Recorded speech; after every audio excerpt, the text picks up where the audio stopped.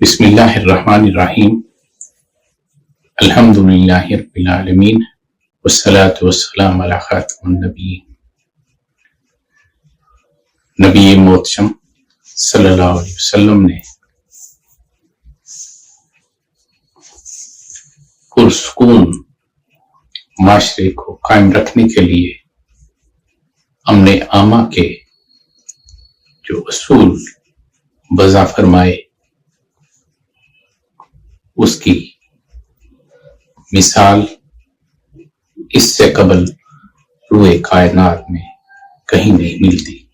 موطا امام مالک میں زید بن طلحہ رضی اللہ عنہ سے روایت ہے کہ ایک عورت نبی کریم صلی اللہ علیہ وسلم کی خدمت میں حاضر ہوئی اور اس نے عرض کی کہ میں زنا سے حاملہ ہوں۔ نبی کریم صلی اللہ علیہ وسلم نے اس سے فرمایا کہ وضع حمل کے بعد آنا۔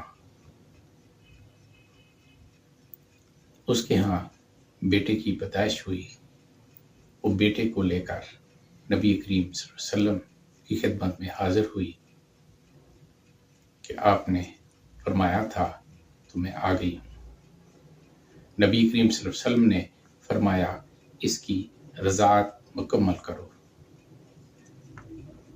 وہ رضاعت مکمل کرنے کے بعد نبی کریم صلی اللہ علیہ وسلم کی خدمت میں حاضر ہوئی کہ اب اس کی رضاعت مکمل ہو گئی ہے۔ نبی کریم صلی اللہ علیہ وسلم نے فرمایا اسے کسی کے سپرد کر کے آؤ۔ وہ خاتون اپنا بچہ کسی کے سپرد کر کے نبی کریم صلی اللہ علیہ وسلم کی خدمت میں حاضر ہو گئی۔ آپ صلی اللہ علیہ وسلم نے اسے رجم کرنے کا حکم صادر فرمایا۔ اسے سینے تک زمین میں گاڑ دیا گیا۔ آپ صلی اللہ علیہ وسلم نے فرمایا کہ خاتون کے چہرے پر نہ مارا جائے۔ جب وہ فوت ہو گئی تو نبی محتشم صلی اللہ علیہ وسلم نے اس کا نماز جنازہ پڑھایا۔ حضرت عمر بن خطاب رضی اللہ عنہ نے فرمایا کہ رسول محترم صلی اللہ علیہ وسلم آپ ایک زانیہ کا جنازہ پڑھانے لگی ہیں۔